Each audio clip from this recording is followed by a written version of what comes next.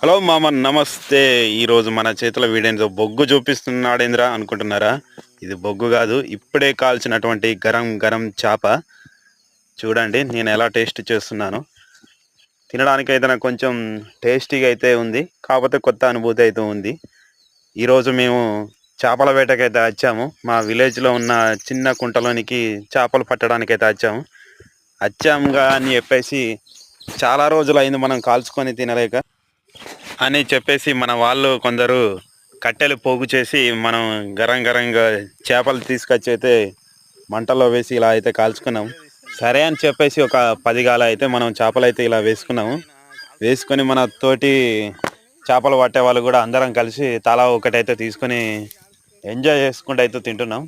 మీరు ఎప్పుడైనా ఇలా చేపలు పట్టుకుంటూ విలేజ్లో ఇలా కాల్చుకొని ఎప్పుడైనా తిన్నారా ఫ్రెండ్స్? ఇలాంటి అనుభూతి మీకు ఎప్పుడైనా కలిగిందా, అనిపించింది? ఇలా కాల్చుకొని తినడం వల్ల చాలా టేస్టీగా కొత్త కొత్త అనుభూతి అయితే ఉంటుంది. ఇలా మేము చేపలు పట్టి కొంచెం చలి పెడుతుంది కదా అని చెప్పేసి కొన్ని చేపలు అయితే తీసుకొని అయితే కాల్చుకొని గరం గరంగా అయితే తింటున్నాం.